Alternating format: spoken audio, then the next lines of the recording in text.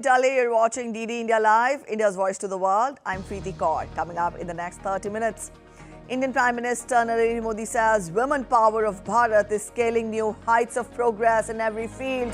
In his 110th Mann Ki Baat program, Prime Minister also highlights sheer resolve to ensure wildlife conservation. Donald Trump is one step closer to the Republican presidential nomination over a massive win over Nikki in South Carolina. US and British forces carry out fresh strikes against Houthi targets in Yemen. Houthis target US ship in the Gulf of Aden.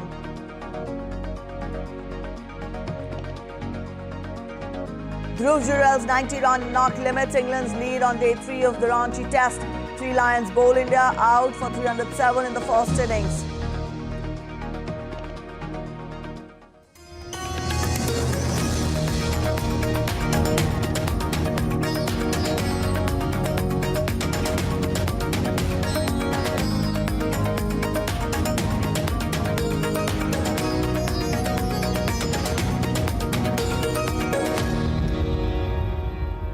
India's Prime Minister Narendra Modi addressed the nation and abroad today, discussing various issues concerning the people of the country in his Mann Ki Baat radio program. Recognizing the strength of women, Prime Minister Modi stated that success of women in various fields is highly inspiring. कुछ ही दिन बाद 8 मार्च को हम महिला दिवस मनाएंगे। ये विशेष दिन देश की विकास यात्रा में नारी शक्ति के योगदान को नमन करने का अवसर होता है। आज भारत की नारी शक्ति हर क्षेत्र में प्रगति की नई ऊंचाइयों को छू रही है। कुछ वर्ष पहले तक किसने सोचा था कि हमारे देश में गांव में रहने वाली महिलाएं भी ड्रोन उड़ाएंगी, लेकिन आज ये संभव हो रहा है। आज तो गांव-गांव में ड्रोन दीदी की इतनी चर्चा हो रही है, हर किसी की जुबान पर नमो ड्रोन दीदी ये चल पड़ा है। हर कोई इसके विषय में चर्चा कर रहा है। Emphasizing on the significance of technology in wildlife conservation, Prime Minister highlighted that the government's efforts in recent years have led to an increase in the number of tigers in the country. इस वर्ष world wild life day की theme में digital innovation को सर्वोपरि रखा गया है। चंद्रपुर जिले में इंसान और बाघों के संघर्ष को कम करने के लिए आर्टिफिशियल इंटेलिजेंस की मदद ली जा रही है। यहाँ गांव और जंगल की सीमा पर कैमरे लगाए गए हैं। जब भी कोई बाघ गांव के करीब आता है, तब एआई की मदद से स्थानीय लोगों को मोबाइल पर अलर्ट मिल जाता है। इसी तरह बेंगलुरु की एक कंपनी ने बघीरा और गरुड़ नाम का ऐप तैयार किया है। बघीरा ऐप से जंगल सफारी के दौरान वाहन की स्पीड और दूसरी गतिविधियों पर नजर रखी जा सकती है। देश के कई टाइगर रिजर्व में इसका उपयोग हो रहा है। Beginning his power pack day in Gujarat, Prime Minister Narendra Modi visited Bet Dwarka temple. Prime Minister offered his prayers at the temple. In Dwarka, Prime Minister dedicated to the nation Doordarshan Setu connecting Okha mainland and Bet Dwarka island, built at a cost of around 980 crore rupees.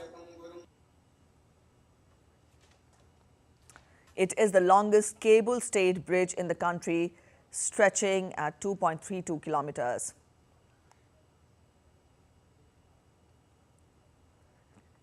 Doordarshan Setu will ease the transportation and significantly reduce the time of devotees travelling between Dwarka and Bet Dwarka. Before the construction of the bridge, pilgrims had to rely on boat transport to reach Bet Dwarka. This iconic bridge will also serve as a major tourist attraction of Devbhoomi Dwarka.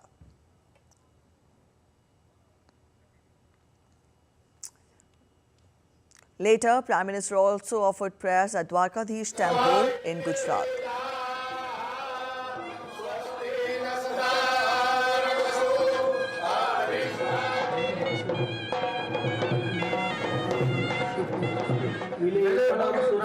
Chandanam प्रतिगृह्यताम् चक्रगदे चपा अच्युताय नमः ओम जनार्दनाय नमः ओम हरये नमः ओम श्री कृष्णाय नमः बालत्यादिनिवै प्रभु.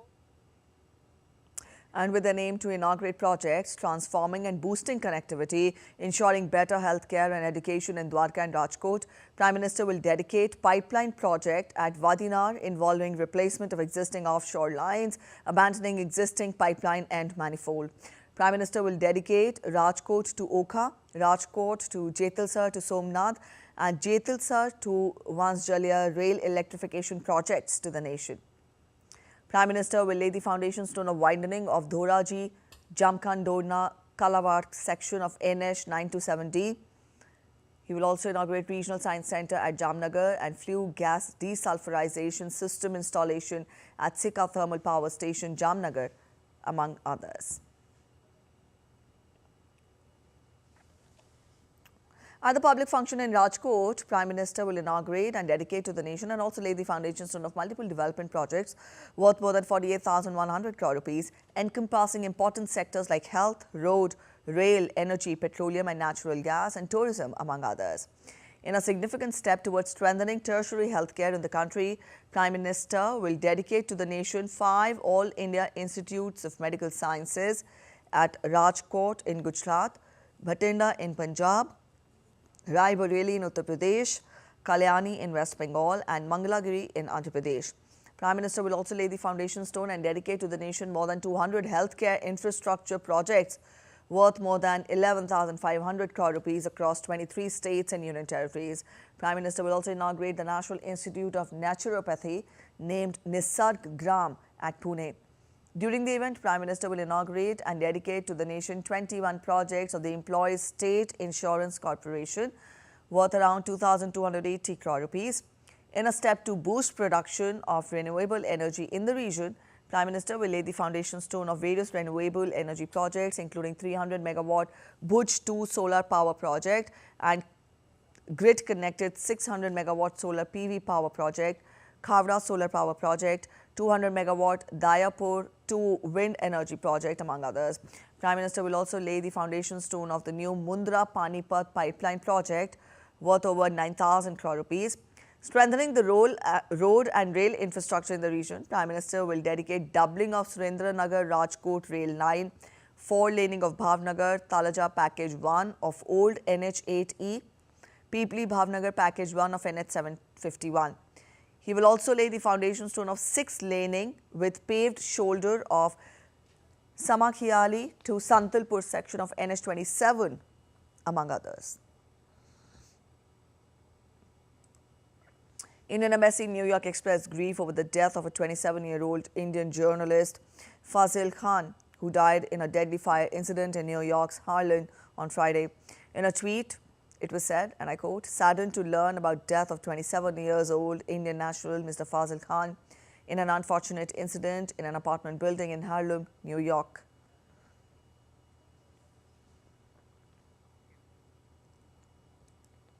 India will achieve the target of export of 50,000 crore rupees in the defence sector by 2028-29.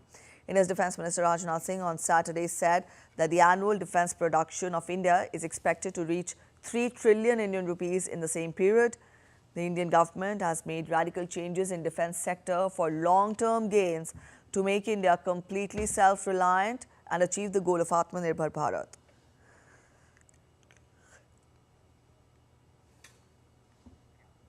Indian Army Chief General Manoj Pandey shared government's vision for Make in India and self-reliance in defence. While addressing the Defence Summit 2024 in New Delhi, he gave a brief insight and shared his thoughts on the Indian Army's push to self-reliance as part of transformation in meeting its operational and functional requirements. The nation today exports defence hardware and software to more than 85 countries, driven by more than 100 indigenous firms. Indian defence exports in the financial year 22-23, which stood at approximately 16,000 crores, marking almost a tenfold increase over the last 5 years. And let's get to some positive updates from the employment front. In India, the unemployment rate in urban areas has decreased to 6.5% in the third quarter, that is October to December 2023, for persons aged 15 years and above. It was 7.2% in the same period last year. In a statement by Ministry of Statistics and Program Implementation, unemployment rate for females also came down from 9.6% last year to 8.6%. The labour force participation rate in urban areas has shown an increasing trend from 48.2% in the third quarter of 2022 to 49.9% in the third quarter last year.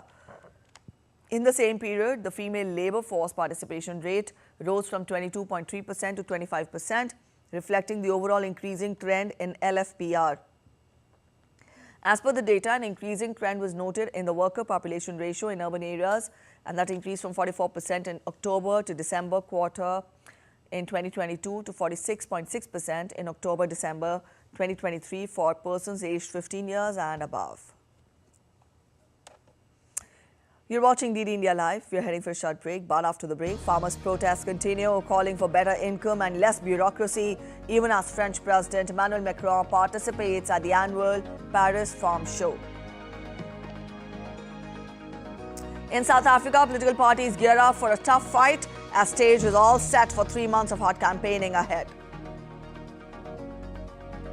Taiwan's chipmaker TSMC opens its first Japanese plant, giving a push to revive advanced semiconductor manufacturing in Japan.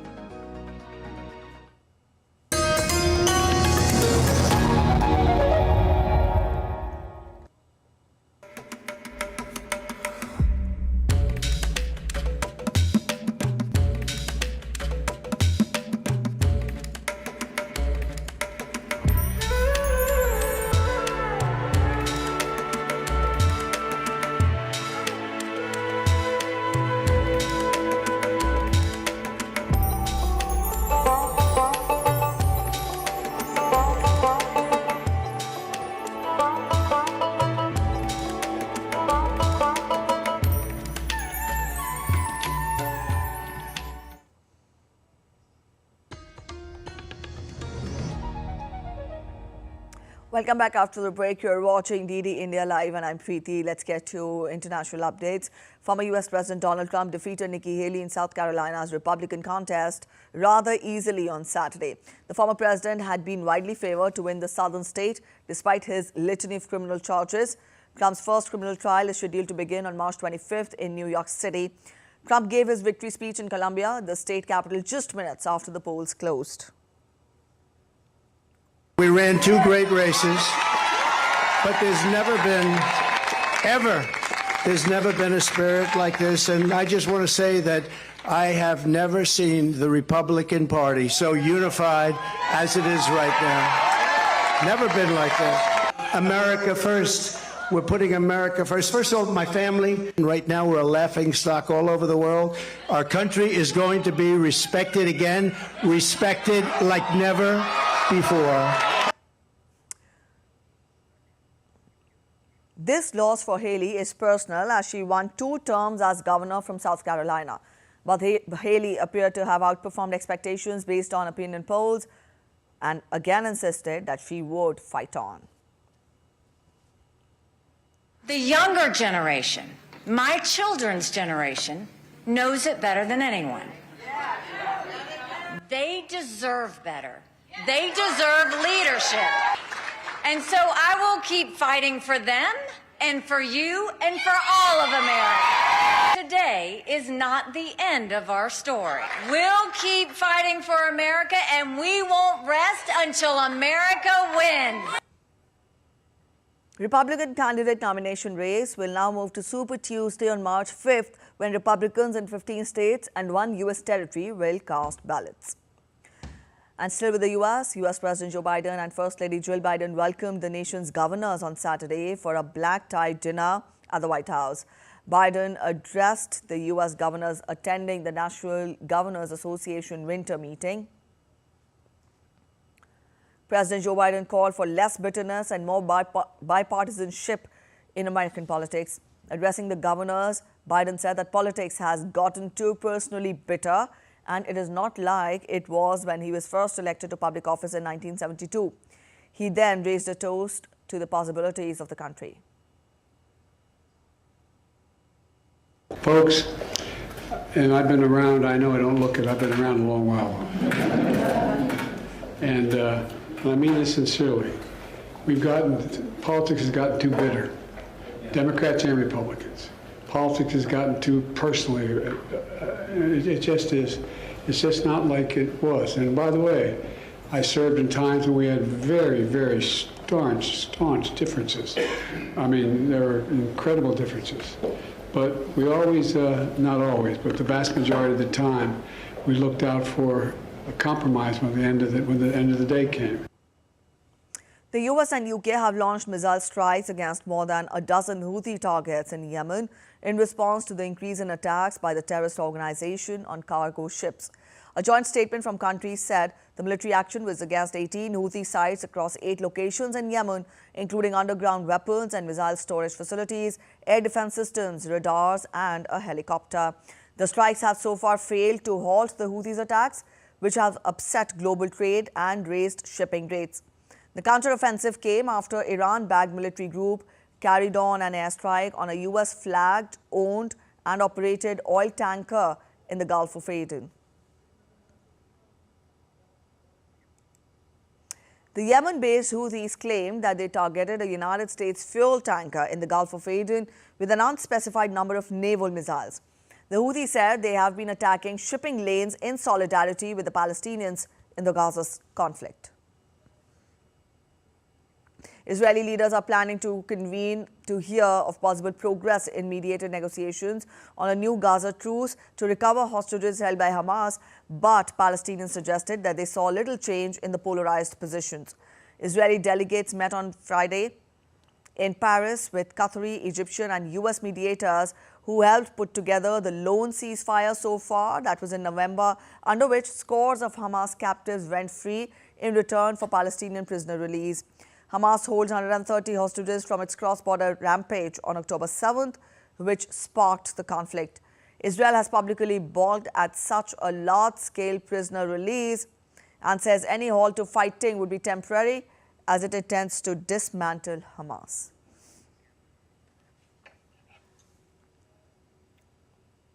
Western leaders arrived in Kyiv on Saturday in a show of solidarity as the country marked the second anniversary of Russia-Ukraine war. The Prime Ministers of Canada and Italy signed security deals with Ukraine, which has recently suffered setbacks on the eastern front lines. While out on the streets, hundreds of people gathered at Kyiv's St. Sofia Square to demand the release of Ukrainian soldiers in Russian captivity. Megumi Lim has more from Kyiv.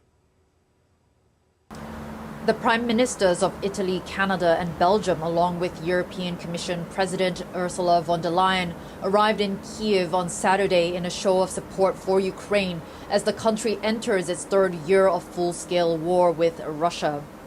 The leaders visited the Hostomel airport, which was the site of intense battles at the start of the invasion as Russian forces tried to capture Kyiv. Von der Leyen said Europe will be providing more aid, more ammunition, more air defense systems and more training for Ukraine's troops.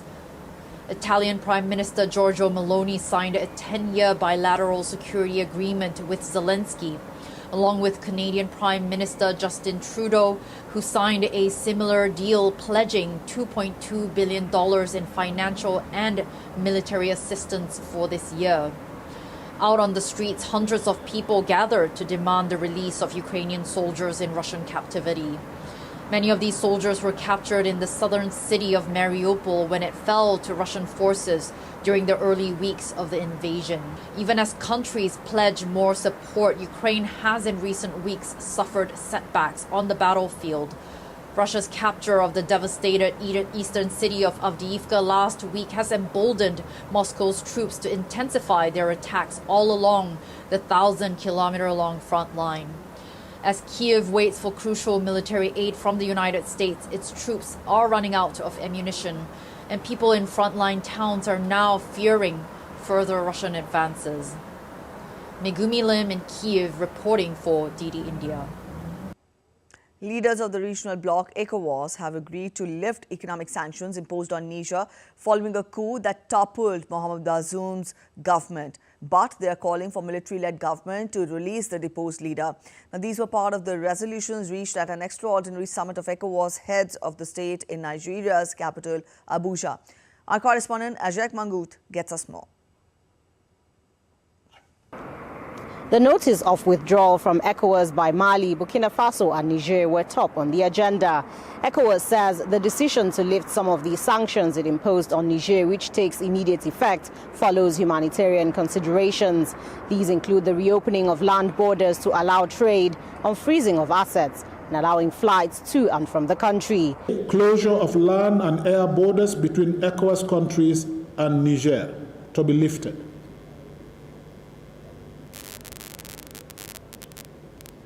No-fly zone of all commercial flights to and from Niger is to be lifted. Suspension of all commercial and financial transactions between ECOWAS member states and Niger is to be lifted. However, targeted political sanctions on Niger, Mali and Burkina Faso still remain in place. On the withdrawal of the three countries, the authority takes note of the notifications by the three member states within the context of Article 91 of the 1993 ECOWAS Revised Treaty, and further urges the countries to reconsider the decision in view of the benefits that the ECOWAS member states and their citizens enjoy in the community. ECOWAS has called on the three countries, which all recently experienced coups, to reconsider their decision to leave the organization. It says their withdrawal could have a huge impact on the immigration status of their citizens, disrupt projects and programs in the region worth $500 million, and affect jobs of more than 100 ECOWAS staff from these countries. ECOWAS has also called on the military leaders of Mali, Burkina Faso and Niger to come up with an acceptable transition timetable. Meanwhile, the political crisis in Senegal following the postponement of elections was also discussed at Saturday's summit. West African leaders called on all key players in Senegal to give priority to dialogue for free, fair and credible elections. Senegal's President Macky Sall says he will step down at the end of his tenure in April, but it's not yet clear if a new president could be elected before then. He's expected to hold talks with political leaders in the coming days. Ajay Mangut in Abuja, reporting for DD India. French President Emmanuel Macron spent the entire day at the annual agricultural fair on Saturday as angry farmers heckled him and scuffled with police. A group of French farmers stormed into the fair ahead of a planned visit by President Macron amid anger over costs, red tape and green regulations. The protest delayed the opening of the show to the public by at least an hour. The Paris Farm Show, a major event in France attracting around 600,000 visitors over 9 years, is a political fixture where presidents and their opponents are expected to engage with the public. Farmers have been protesting across Europe, calling for better income and less bureaucracy and denouncing unfair competition from cheap imported goods. South Africa's President Cyril Ramaphosa highlighted the achievements of his African National Congress as it heads into a tight race in May's election. Ramaphosa delivered the party's manifesto to thousands of ANC supporters in Durban on Saturday. The rally came as South Africa faces increasing poverty, unemployment and crime and a crippling electricity crisis. The ANC's biggest rivals are the Democratic Alliance, which is trying to build a coalition of smaller parties to cut into ANC's majority, and the leftist Economic Freedom Fighters Party. South Africa will hold national and provincial elections on May 29th. There are more than 300 parties registered with the Electoral Commission, and the stage is set for 3 months of hot campaigning. Taiwan's chip maker TSMC formally opened its first Japanese plant on Saturday. TSMC's decision plays a critical role in Tokyo's push to revive advanced semiconductor manufacturing and harden its industrial supply chains against disruptions amid growing tensions with neighboring China. Japan has said that it will give TSMC up to $4.86 billion more in subsidies to help it build a second chip fabrication plant. TSMC is also expanding in the US and Germany and plans to ramp up to mass production in Japan before the end of the year. Australia's Prime Minister Anthony Albanese pledged on Sunday to provide whatever support was needed to assist Victoria State in days-long wildfire emergency that has razed homes after authorities warned extreme heat could fan the blazes this week as well. The emergency has killed livestock, destroyed 6 homes and forced more than 2,000 people to leave western towns and head to the city of Ballarat in the west of the state capital. Australia is in the grip of an El Nino weather pattern, which is typically associated with extreme phenomena such as wildfires, cyclones and droughts. More than 15 bushfires were burning in Victoria on Sunday, with the most serious blaze ranked at the second highest danger rating near several remote towns, according to the state's emergency authority. Around 1,000 firefighters, supported by more than 50 aircraft, have battled the fires since they started. The last 2 bushfire seasons in Australia have been subdued as compared with the 2019 to 2020 Black Summer, when bushfires destroyed an area the size of Turkey, killing 33 people and an estimated 3 billion animals. Historical drama, Oppenheimer yet again won the top honor, this time at the Screen Actors Guild Awards on Saturday. Helmed by Christopher Nolan, Oppenheimer took the trophy for the Best Movie Cast at the honors handed out by members of the SAG-AFTRA Actors Union. Irish actor Cillian Murphy, who played scientist J. Robert Oppenheimer, was named the Best Movie Actor, and his co-star Robert Downey Jr. landed the Best Supporting Actor prize. Oppenheimer also dominated the recently held BAFTA Awards 2024. Star of Martin Scorsese's historical drama Killers of the Flower Moon, Lily Gladstone won the Best Actress award, and Dwayne Joy Randolph won the Supporting Actress for her role in The Holdovers.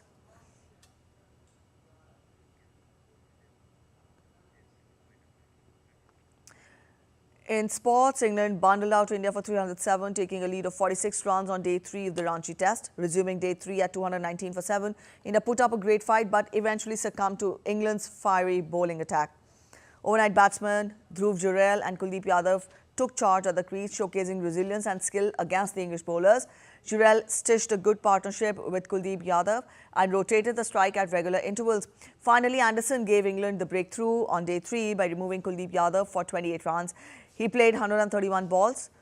Dhruv Jurel is standing like a pillar for India and has scored 90 runs so far. That's it in this edition of DD India Live, but let us know your thoughts on the news of the day. You can connect with us on Facebook, X and also Instagram.